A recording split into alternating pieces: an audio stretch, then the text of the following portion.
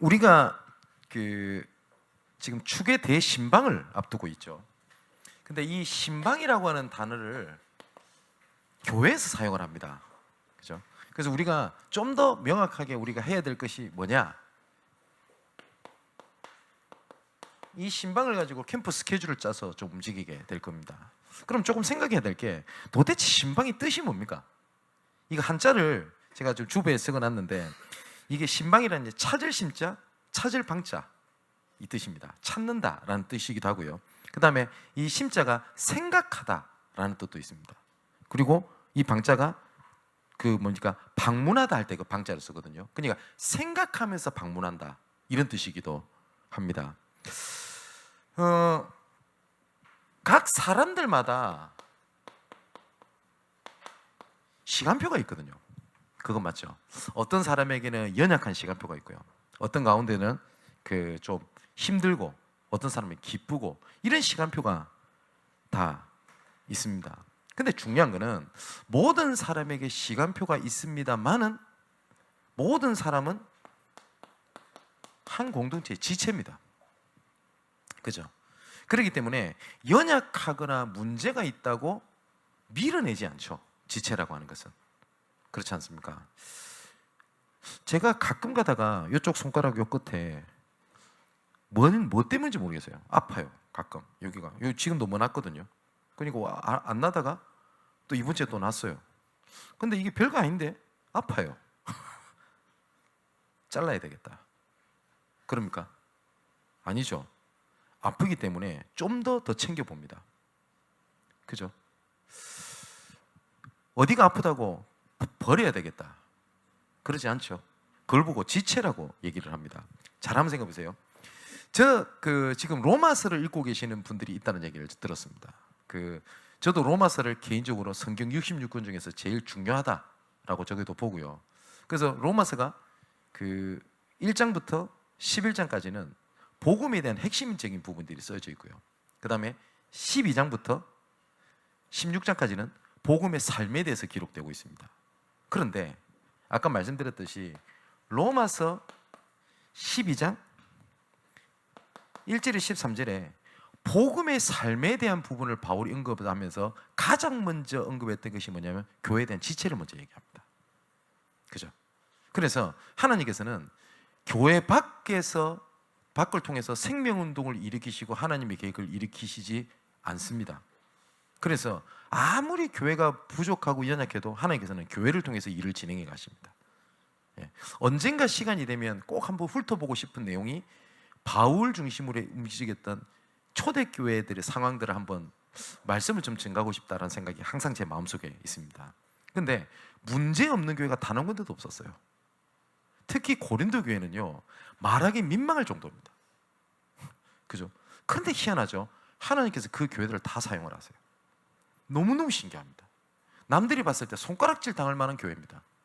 그런데 하나님께서는 그 고린도를 배경으로 해서 하나님께서 로마라고 하는 길을 여십니다. 그죠? 그래서 바울이 복음의 삶에 대한 얘기를 할 때 이 교회의 지체라는 부분을 먼저 얘기를 하고요. 또 아까 말씀드렸듯이 고린도 교회도 마찬가지입니다. 고린도후전서 12장 12절에서 31절에 보니까 여기도 똑같은 지체라는 말 썼고요. 에베소서 4장 16절에도 똑같은 단어를 씁니다. 지체라고 단어를 씁니다. 그래서 교회에는 여러 시간표가 있지 않습니까? 우리가 지금 계속 새벽에 지금 히브리서를 이렇게 읽고 있는데 그 히브리서를 쭉 읽고 있으면서 그 히브리서 저자가 갑자기가 아니죠. 이런 부분에서 안타까움에서 얘기하는 부분들이 나옵니다. 때가 오래됐기 때문에 그 히브리서 5장이 나오죠. 때가 오래되었기 때문에 너희들이 마땅히 교회의 선생이 되고 그러니까 뭐죠? 가르치고 수용하고 초월하고 품어주는 자가 되어야 할 텐데 아직까지 하나님 말씀의 초보를 벗어나지 못하고 젖먹이 수준으로 있는 게 이게 웬 말이냐 라고 얘기를 하면서 무슨 얘기를 하냐? 성숙한 자로 성장해 가는 것이 하나님의 뜻이다 라고 얘기를 합니다. 이번에 신방에 우리가 각 가정, 각 엄마다 한 단계 믿음의 성숙을 하는 중요한 시간표가 되기를 주님의 이름으로 축원을 드립니다. 그렇다면 오늘은요, 아마 그 9월 마지막 주까지 2부 때는 신방에 대한 말씀 우리 같이 나누게 되겠는데, 도대체 이 신방이 뭐냐라고 할 때요, 각 사람들이, 각 교회에서도, 우리 교회뿐만 아니라 각 교회 사람들이 이 신방을 되게 부담스러워해요. 왜냐면 우선 목사님이 온다는 자체가 부담스러운 거예요. 그리고 우리 교회도 보면 이 신방에 대해서 좀 되게 잘 안 된다고 표현해야 될까요? 아니면 좀 오해한다고 표현해야 될까요? 우선은 간다고 그러면 항상 그럽니다. 목사님 바쁘신데. 안 바쁘다 캐도 맨날 바쁘대. 그리고 누추한데 이렇게 얘기하시더라고. 근데 이 신방에는 성경적 근거가 있어요. 가장 첫 번째는 예수께서 성육신 한 것이 하나님의 신방의 가장 근본입니다. 그죠? 하나님께서 전지전능하시기 때문에 굳이 우리 육신을 입고 굳이 오실 이유가 없잖아요. 그잖아요. 근데 하나님께서는 우리하고 눈높이를 맞춰서 우리하고 똑같은 육신을 입고 이 땅에 오셨습니다. 그래서 요한복음 1장 1절에 보니까 태초에 말씀이 계시니라. 이 말씀이 하나님과 함께 계셨으니 곧 하나님이시니라. 14절에는 이 말씀이 육신이 되어 우리 가운데 가신 겁니다. 그게 무슨 말이냐면 함께 하시기 위하여 오셨어요. 그리고 우리의 모든 질고를 알고, 체휼이라고 하죠. 그 단어를, 좀 어려운 단어로. 그러니까 내가 직접 느끼고 연민을 느끼고 긍휼을 베푸는 걸 보고 체휼한다라고 단어를 쓰거든요. 우리와 체휼하시기 위해서 오셨어요. 같이 배고픔을 당하고 고난을 당하고. 빌립보서 2장에는 그걸 뭐라고 되어 있냐? 그는 근본 하나님의 본체시나, 그분 하나님이십니다. 하나님과 동등함을 취하지 아니하시고 우리와 함께 하신 분을 예수 그리스도라고 얘기를 하죠. 그래서 예수님께서 직접 찾아오신 겁니다. 왜냐? 같은 입장에서 같은 대화를 하기 위해서요. 그래서 이번에 신방을 할 때 각 사람들마다 시간표가 다 다를 겁니다. 그래서 어떤 분은 이렇게 생각을 해요. 캠프라는 단어를 붙이다 보니까 나는 지금 전도가 뭐고 지금 내가 되게 지금 힘든 상황인데, 이런 분이 있을 수도 있습니다. 근데 제가 가는 이유는 여러분들을 가르치려고 한다거나 아니면 어떤 목적을 가지고 움직이려고 하는 것이 아니라 똑같습니다. 그 얘기를 제가 좀 듣고 기도 제목을 함께 찾고 싶습니다. 그리고 그 상황을 진짜 듣고 싶습니다. 그래서 진짜 기도하기 원합니다. 그리고 제가 꼭 이 얘기 말씀을 꼭 드리고 싶었던 것이, 제가 쓸데없는 짓을 하고 다닌 것은 아니긴 하지만, 제가 많은 부분들 때문에 지금 맡은 것도 많고 할 일이 되게 많아서 제가 온전히 100% 우리 성도분들을 생각을 하고 돌아보고 하지 못했던 것이 많았습니다. 근데 그게 항상 제 마음속에 그런 부분들이 좀 걸림돌이라고 해야 될까요? 그런 좀 부딪히는 것들이 좀 있었어요. 그래서 이번에 이번 여름 지나면서 많은 부분들을 하나님 앞에 기도하면서 이거는 하나님의 계획이 이거다라고 확신이 드는 것 중에 하나가, 이제 많이 좀 다른 부분들까지 신경 썼던 부분들을 조금 성도들에게 온전히 집중하는 시간을 좀 가지는 게 하나님 때가 됐다라고 되어서요. 다 100% 이렇게 된 건 아닙니다만은 많은 외부적인 이런 사역 같은 것들을 많이 정리를 했어요, 제가. 그래서 본격적인 일들은 아마 10월 달부터 캠프가 되겠습니다만은 지금 9월 전에 우리는 좀 필요합니다라고 요청을 해주신 분도 계십니다. 그래서 지금부터 제가 이렇게 움직이게 될 거거든요. 그래서 웬만하면은 제가 다 가게 될 거고요. 또 혹시나 우리 장로님이 좀 필요한 현장이 있을 수 있고, 어떤 다른 사역자가 필요한 가정이 있을 수도 있겠죠. 그러면 이렇게 같이 이렇게 기도하면서 움직임을 받도록 이렇게 하려고 합니다. 그래서 제가 목사니까 여러분들을 뭘 가르치고 아니면 여러분들에게 지시를 하기 위해서 신방을 가는 것이 아니고요. 가장 첫 번째 성경적 원리 중에 하나가 뭐냐면, 예수님께서 성육신, 인카네이션한 이유는 우리하고 눈높이를 맞추셨던 사역입니다. 그러니까 우리 장로님들도 우리 사역자들도 마찬가지입니다. 뭐냐면 눈높이를 맞추는 겁니다. 그래서 그에 대한 고민을 얘기를 듣는 거죠. 그죠? 그리고 기도 제목을 놓고 하나님 계획을 찾는 겁니다. 오늘 주신 말씀처럼 오전에, 그죠? 똑같이 보고 느꼈지만 하나님의 계획을 분별하는 믿음을 가지고 함께 하는 겁니다. 그래서 예수님께서 우리 눈높이를 맞추셨다는 것이 어마어마한 사건이잖아요. 또 두 번째는 예비된 자가 분명히 있어요. 이 예비된 자를 돌보시는 보혜사적 사명이 예수님에게 있었습니다. 그러다 보니까 예수님께서 직접 하신 말씀이죠. 마태복음이죠. 마태복음 15장 24절에 이렇게 됩니다. 예수께서 대답하여 이르시되 나는 이스라엘 집에 어린 양 외에는 다른 데로 돌보심을 받지 아니하였노라.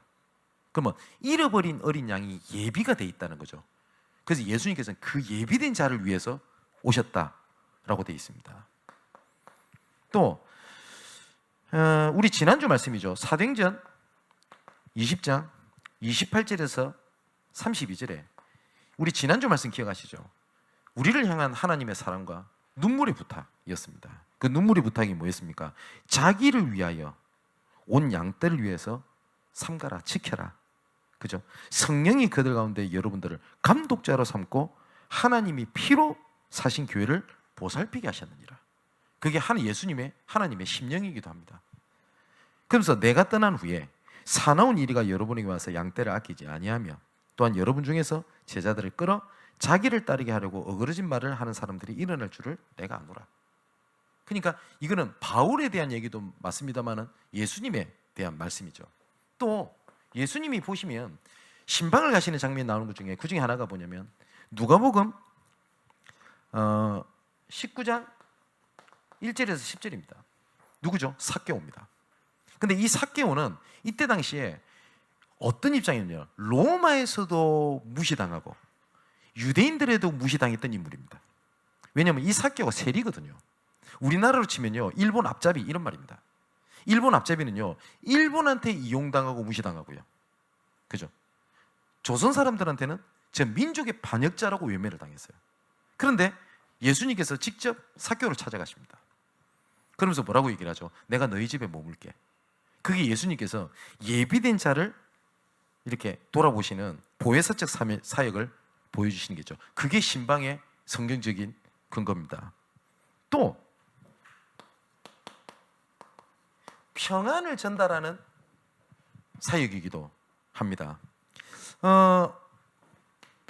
마태복음 8장에 보면 베드로가 결혼했을까요? 안 했을까요? 베드로가 결혼했다고 알 수 있는 근거가 이 구절이죠. 베드로의 장모가 열병에 걸립니다. 그래서 예수님께서 여기에 방문을 하셔서 하나님께 치유하시고 평안을 전달하는 사역을 하십니다. 또 누가복음 10장 5절에서 9절에 보니까 여기는 70인 제자를 보내면서 하신 말씀이죠. 어느 집에 들어가든지 먼저 말하되 이 집이 평안을 지어다 하라 라고 되어 있거든요. 그러니까 우리 교단에서는 조금 그런 게 좀 덜합니다만은 그것도 맞는 건 아니죠. 예를 들어서 목사님이 우리 집에 왔다라고 하는 것을 예수님께서 오신 것만큼 반기는 이런 가정들도 있습니다. 물론 그걸 기복적으로 받아들이는 건 잘못된 거겠죠. 그런데 그 중심은 전 틀린 게 아니라고 봅니다. 그죠? 실제로 하나님의 중요한 사역 중에 하나가, 예수님의 중요한 사역 중에 하나가 찾아가서 방문하여 위로가는 부분들입니다. 자, 시간이 많이 없으니까요 성경을 다 찾아보지 못하겠습니다만은 이 신방이 복음이 전달되는 굉장히 좋은 하나님의 시간표가 되는 경우들도 굉장히 많습니다. 자, 예수님께서 어떻게 하시는지 보겠습니다. 마가복음 1장 39절에 보니까 이렇게 되어 있죠. 이에 온 갈릴리에 다니시며 그리 회당에서 전도하시고 또 귀신들을 내쫓으시니라 라고 되어 있고요. 6장 6절에도 이렇게 되어 있습니다. 이에 모든 촌에 두루 다니시며 가르치시더라 라고 되어 있고요. 누가복음 8장 1절에는 이렇게 되어 있죠. 그 후에 제자들과 각 성과 마을에 두루 다니시며 하나님의 나라를 선포하시며 그 복음을 전하실 때 12 제자가 함께 했고 라고 되어 있습니다. 또 바울의 움직임입니다마는 사도행전 10장 1절에서 그 48절의 말씀을 보니까 고넬료 집에 방문했던 것들이 이방인들에게 전도의 문이 되는 어마어마한 사건이 일어나게 됩니다. 그죠? 그래서 신방을 통해서 이런 일이 일어나는 경우들이 굉장히 많습니다. 그래서 저는 그 말씀이 있습니다. 뭐냐면 전도서 7장에 보면 이런 말씀이 있어요. 전도자는 잔치집 가는 것보다 장례식 초상집에 가는 게 훨씬 더 낫다라고 하는 장면이 나옵니다. 그러니까 불신자나 믿는 자나 잔치집은 분위기 똑같아요. 결혼식만 가도 그냥 기뻐요. 근데 딱 어디 차이 나는지 아세요? 장례식 얘기가 딱 달라요. 왜냐면 굉장히 우울하고 침투해요. 그런데 장례식장이 굉장히 사람이 힘든 시기이긴 하지만 복음을 전할 수 있는 굉장히 좋은 시간표가 딱 그때이기도 합니다. 그래서 우리 성도분들은 꼭 기억하실 게, 우리 집에 장례가 생겼다, 이거는 하나님께서 복음 전할 수 있는 조로의 기회를 하나님이 삼으신 거다, 이렇게 붙잡으시면 딱 맞습니다.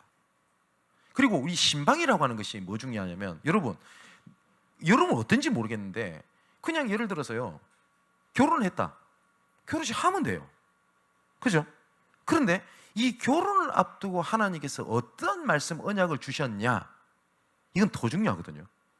하나님께서 결단코 하나님의 말씀이 땅에 떨어지지 아니합니다. 그래서 제가 조금 우려하는 것은, 요즘 청년들 사이에서 유행하는 것이 주례 없는 결혼, 그러다 보니 말씀이 없어요. 저는 그걸 조금 우려스럽게 봅니다. 결혼 세레머니라는 게 중요한 게 아니잖아요. 그죠? 그리고 만일에 내가 이사를 했었을 때 이 이사를 통해서 하나님께서 뭐 어떤 계획이 있는지를 내가 예배로 시작한다든지, 일명 우리가 개업, 그죠? 그리고 이전, 이런 거 있지 않습니까? 이럴 때 내가 하나님의 말씀을 좀 붙잡는 것들이 굉장히 중요하다고 생각합니다. 자, 한번 물어볼게요. 여러분 결혼식을 할 때 하나님이 어떤 언약을 주셨습니까? 기억하십니까? 다 물어보면 안 되니까 가장 최근에 했던 사람부터 물어볼까요? 여러분 어떻습니까?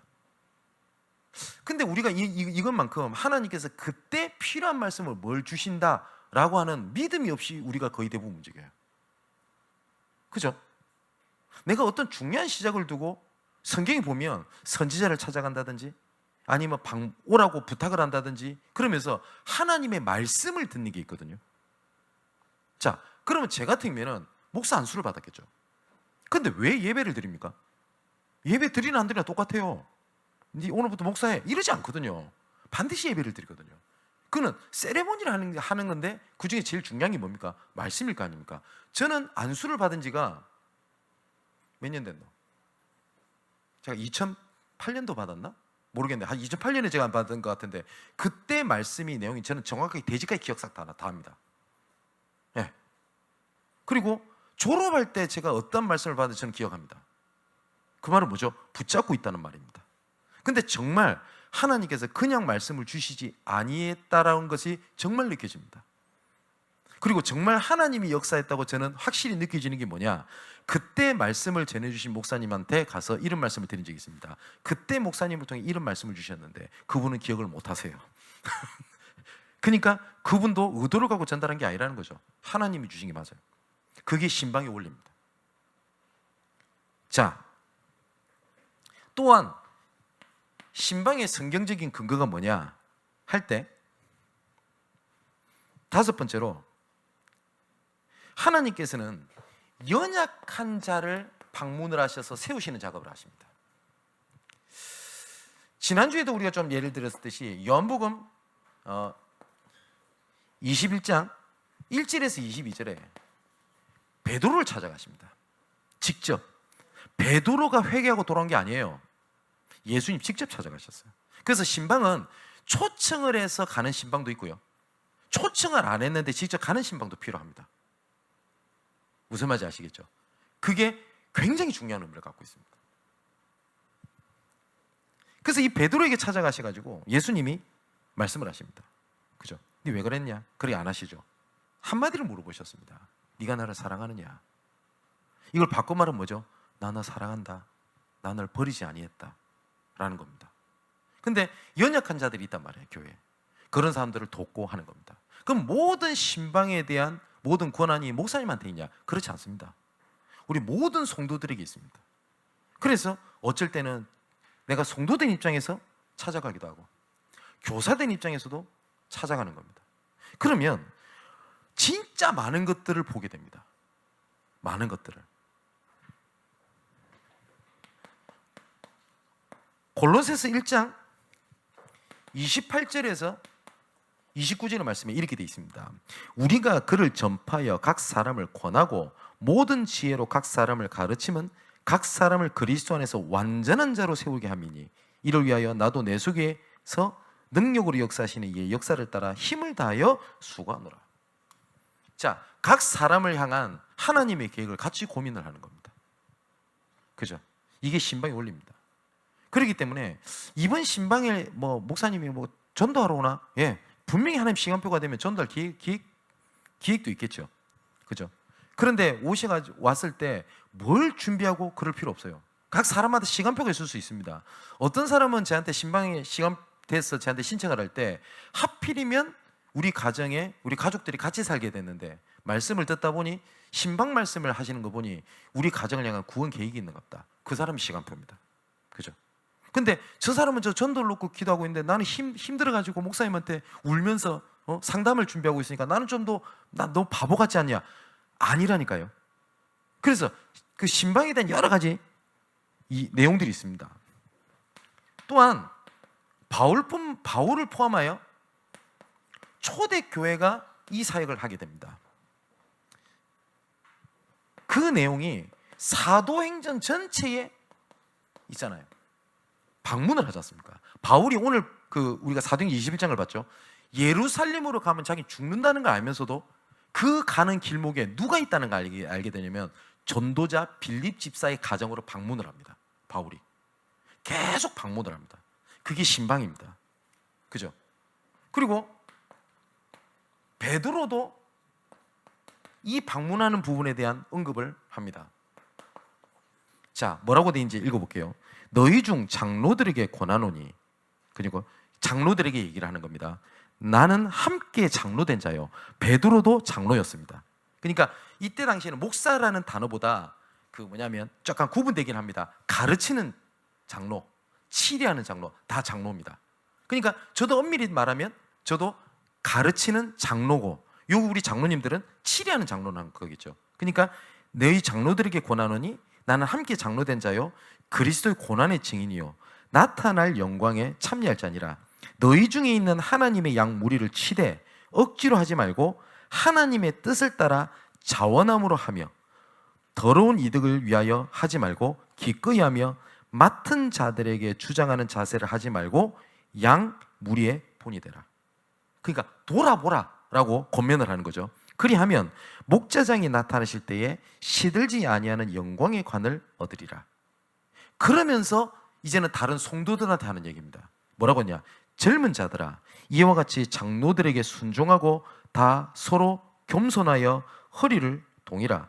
하나님은 교만한 자를 대적하시되 겸손한 자들에게는 은혜를 주시느니라. 뭐라고 하냐면 너희들은 장로들을 받아들여라. 그 장로들이 무슨 말을 하는지를 순종하고 겸손한 마음으로 들으라 라고 얘기를 하는 겁니다. 이게 신방에 대한 성경적인 근거입니다. 자, 그러면 제가 방문을 했었을 때 물론 말씀도 같이 나누게 되겠죠. 아니면 같이 기도하는 시간도 있을 겁니다. 아니면 제가 듣는 시간도 있을 겁니다. 어떤 분은 초청할 때도 있겠죠.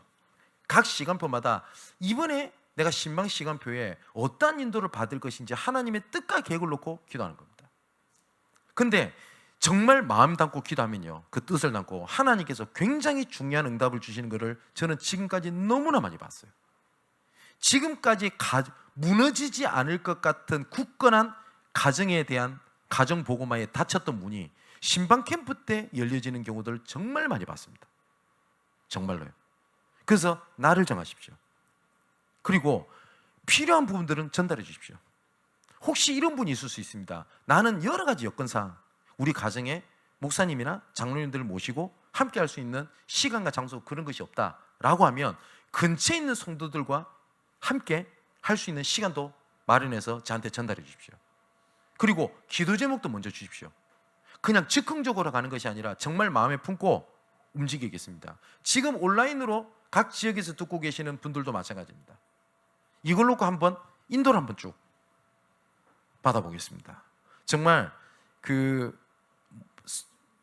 이런 분도 있을 수 있습니다. 본의 아니게 목사님한테 서운한 거, 그죠? 네, 그럴 수 있어요. 얘기하시면 됩니다. 그리고 이거는 뭐 잘 지내보자 그 목적이 아닙니다. 어쩌면 그 작은 것들 때문에 중요한 것들을 놓치고 있다면 이것만큼 사단에게 속은 게 어디 있겠습니까? 그러죠. 오전에 말씀드렸던 것처럼 우리가 보고 듣고 느낀 게 틀린 게 아닙니다. 아, 내가 틀린 거구나, 그게 아닙니다. 근데 보고 듣고 느끼고 하게 한 게 맞는데 이것을 어떻게 하나님의 계획으로 분별하냐가 키라고 말씀을 드렸죠. 바울은 환란이 올 거라는 걸 알고 있었습니다. 근데 환란이 왔으니 피해 가야 되겠다, 편히 가야 되겠다가 아니었습니다. 이 은혜의 복음을 증언하는 일에는 내가 내 생명을 조금고 귀한 것으로 여기지 아니하노라. 이게 바울에 대한 인도였거든요. 그렇기 때문에 오늘 본문을 말씀드렸잖아요. 바울이 옥에 갇힌 것 때문에 기뻐해가지고 막 스스로 힘내겠다고 했던 것을 상처가 된다고 얘기하지 않았어요. 오히려 내 갇힌 것 때문에 저들이 힘나가지고 복음 전한다? 이건 진짜 응답이다. 그거에 대한 응답이라고 고백을 합니다. 자, 다르잖아요. 그죠? 그것처럼 우리가 다음 주에 재직회를 하게 될 겁니다. 그러면 교회 재정, 여러 가지 교회 상황을 놓고 보고가 들어갈 겁니다. 그럼 이때 알게 되겠죠. 알게 하신 게 하나님의 성령 인도입니다. 이 가운데 내가 무엇을 결단하겠냐, 그겁니다. 제가 이걸 놓고 기도하면서 제가 하나님 앞에 여러 가지 생각을 했어요. 저는 하나님 앞에 무엇을 드릴 때 인색한 적이 없습니다. 이건 하나님이 증인이시고 우리 장로님들 아실 거라 생각합니다. 예. 저는 인색한 적은 없습니다. 그러면서 이번에 어떤 생각이 들었냐, 어쩌면 교회에 뭐 재정적인 어려움이 있다? 그럼 뭐 문제일 수 있잖아요. 그게 아니라 내가 하나님 앞에 설 수 있는 게 뭐가 있을까?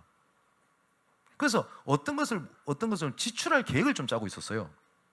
근데 어느 하나가 좀 해결이 돼야 돼. 허락이 떨어져야 돼. 그래서 제가 우리 가족들끼리 했던 얘기입니다.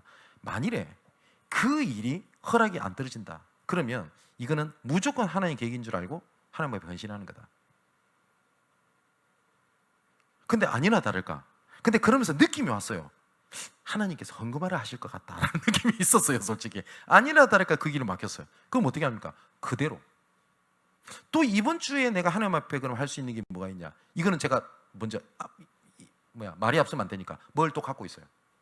그랬더니 하나님께서 응답으로 주신 것들이 많아요. 자, 보세요.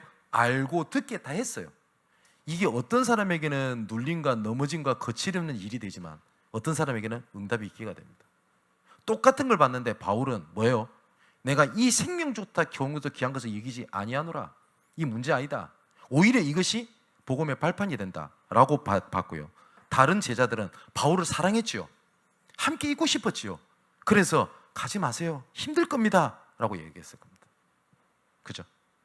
오늘 이번 한 주일 동안 오늘 주신 1부, 2부 때 신방이라는 언약을 붙잡고요, 중요한 하나님의 뜻을 분별하는 시간 되기를 바랍니다. 결론입니다. 고린도후서 1장 24절에 우리가 너희 믿음을 주관하려는 것이 아니요, 방문을 하면서 얘기하는 겁니다. 오직 너희의 기쁨을 돕는 자가 되려 함이니 이는 너희가 믿음에 섰음이라. 그러니까 바울이 고린도 교회를 계속 방문하려고 해요. 바울이. 그래서 제가 몇 번 말씀드렸잖아요. 바울이 고린도 교회에 여러 가지 문제를 듣고 여러 번 가려고 하기도 하고 했는데 못 가고, 디모데도 보냈는데 못 가고 소식만 듣고 이 편지를 자그마치 고린도 교회 4번을 보냅니다. 근데 우리에게 지금 전달된 것이 고린도 전후서 2개만 있는데요, 고린도 전후서를 읽어보면 처음에는 고린도전서에 근심의 편지를 보냈다라고 돼 있어요. 그러니까 고린도전서 앞에 편지를 보냈어 이미. 근데 이 편지를 보냈는데 문제가 더 생겨요. 난리가 나요 더. 그래서 두 번째 뭘 보내냐, 고린도전서를 보낸 겁니다. 그런데 고린도전서를 보내고 난 다음에 바울이 전달받기를 조금 이해도 하고 은혜 받는 사람이 일어났다는 얘기를 듣고 이제는 정말 가슴에 담긴 편지를 씁니다. 고린도후서에 써 있어요. 내가 눈물의 편지를 너에게 보내노니. 그러니까 고린도전서, 고린도후서 사이에 편지를 하나 더 보냈어요. 그리고 난 다음에 이제는 올바르게 일어났다는 얘기를 듣고 난 너희들한테 이제는 방문을 할게. 우리식으로 말하면 신방을 할게 라고 편지를 보낸 게 고린도후서입니다. 그러면서 이 얘기를 한 거예요. 내가 너희들한테 가려고 하는 것은 믿음을 주관하려고 하는 게 아니야. 여기엔 배경이 있겠죠. 뭐가 있었냐면 고린도 교회는요 이미 라인이 있었어요. 게바파, 아볼로파, 에이씨 난 누구 파도 아니다. 나는 그리스도파. 그래도 이 교회를 세운 담임 목사님 우리 바울인데 바울파. 그러니까 바울이 방문할 때는 어떻게 오해될 수 있겠죠? 내가 맞다. 내가 여기 담임이냐 이지 않냐. 그런 것이 아니라 이런 믿음을 내가 주관하려고 하는 것이 아니야. 너희들한테 오직 너희의 기쁨을 돕는 자가 되려 함이라. 자, 이해되시죠? 2장 17절에는 우리는 수많은 사람들처럼 하나님의 말씀을 혼잡하게 하지 아니하고 또 순전함으로 하나님께 받은 것 같이 하나님 앞에서와 그리스도 안에서 말하노라. 그러니까 되게 혼잡한 얘기들이 많았어요. 뭐 율법 지켜야 되니 말아야 되니 그런 게 아니라 하나님 말씀 순전하게 전달하기 원한다 라고 바울이 마지막으로 얘기를 한 겁니다. 똑같습니다. 목사님의 목회 방향을 전달하기 위해서 신방을 가냐? 아닙니다. 아니면 목적과 계획을 가지고 가냐? 그런 게 아닙니다. 똑같습니다. 오직 여러분들의 기쁨을 돕는 자가 되려 함이니 이것이 여러분의 믿음이 서기 위함입니다. 그리고 함께하기 위함입니다. 신방의 중요한 축복을 누리게 되는 여러분 되시기를 주님의 이름으로 축원을 드립니다. 또 마지막으로 간구 겸 기도드릴 것은 우리는 신앙을 가지고 있죠. 근데 신학이라는 게 있습니다. 이걸 쉽게 표현하면 하나님의 말씀을 벗어나지 않는 울타리와 같습니다. 그래서 나도 모르게 갖고 있는 신학적인 배경들이 우리가 있습니다. 그죠? 이게 눈에 보이지 않게 이게 딱 갖고 있습니다. 그런데 이것이 조금 틀어지면 말씀을 곡해서 듣습니다. 우리 교회는 그런 사람이 절대 없기 때문에 저는 단언하게 얘기할 수 있는 것이 하나님의 절대 주권이 아니라고 생각하시는 분이 우리 교회에 없죠. 그죠? 근데 하나님의 절대 주권을 인정 안 하는 사람은 굉장히 많습니다. 자, 한번 물어볼게요. 한 번 구원받으면 그 중간에 넘어지고 자빠지고 해도 하나님께서 끝까지 구원의 길로 인도하시는 영원한 구원이다. 맞습니까? 아닙니까? 맞죠? 근데 아니라고 얘기하는 사람도 있습니다. 그러면 이 사람들 입장에서는 얘기가 좀 다르겠죠. 그런 부분들을 조금 필요하거든요. 그래서 이런 부분들을 조금 해야 되겠다. 좀 여러분들 좀 이런 부분들 도와야 될 좀 필요성이 있겠다 해서 제가 우리 존리 전사님한테 얘기를 해놨어요. 뭐라고 했냐면 군대 간대요. 12월에 30살에 계란 한 판에. 마음이 아픕니다 지금. 예. 그때 가면 중대장보다 나이가 많았긴데 싫기도 하고. 지금 제가 디스하는 게 아니고요. 가기 전에 조금 헌신 좀 하자. 우선은 박사님이시니까. 저는 학자는 아닙니다. 저는 목회자지. 그래서 이런 필요한 부분들을 전달할 게 무엇인지 한번 고민 좀 해보고 기도 한번 해봐라 해서 10월 달부터 이 부분을 조금 오후 예배 때 좀 전달하게 될 겁니다. 좀 좋은 좀 시간이 됐으면 좋겠고요. 두 번째는 제가 또 우리 남수환 전사님을 조금 활용하면 좋지 않겠나 이런 생각도 좀 듭니다. 왜냐하면 공부를 지금 하고 있고 그러면 많은 것들 같이 점검할 수 있는 시간이 좀 될 거고요. 아닌 말로 이거 하려고 하면 공부해야 돼요. 그죠? 안 그래도 학생이니까 전사님 통해서도 한번 펼 필요도 있겠다라는 생각도 들고요. 저도 필요한 부분들을 해야 되겠죠. 그래서 제가 내년에 좀 이런 부분들을 생각을 하고 있어서 저 공부합니다. 그래서 다시 공부를 하려고 하니까 약간 머리가 지끈지끈하고요. 제가 목요일이 되면은 신학교를 가거든요. 강의 때문에. 그럼 예전에는 그냥 밥 먹고 잤어요. 차에서. 강의 전엔. 뭐 놀고 이랬는데 요새는 도서관에 앉아 있습니다. 공부한다고. 예. 안 믿는데 진짜예요. 어쨌든 이런 부분 필요하다라는 생각이 좀 듭니다. 좀 기도 제목 좀 드리는 겁니다. 그래서 이번 신방을 놓고요. 다음 주까지 신방에 대한 언약에 대한 부분들 조금 전달하게 될 겁니다. 같이 기도해 주시고 전체가 하나 되는 중요한 시간표 되시기를 주님의 이름으로 축원을 드립니다. 기도하겠습니다. 아버지 하나님, 우리에게 직접 찾아오시는 성육신의 은혜로 말미암아 구원과 은혜로 베푸신 것을 감사함을 드립니다. 비고 버려져 있고 방치된 현장을 보는 중요한 시간표가 되게 하옵소서. 전체 성도가 하나가 되어서 언약으로 방향 맞추게 하시고 시대마다 전체가 하나 될 때마다 하나님의 중요한 새로운 시작을 하셨던 것처럼 우리 양문교회 새로운 시작의 증거를 허락하여 주옵소서. 살아계신 예수 그리스도 이름으로 기도하옵나이다. 아멘.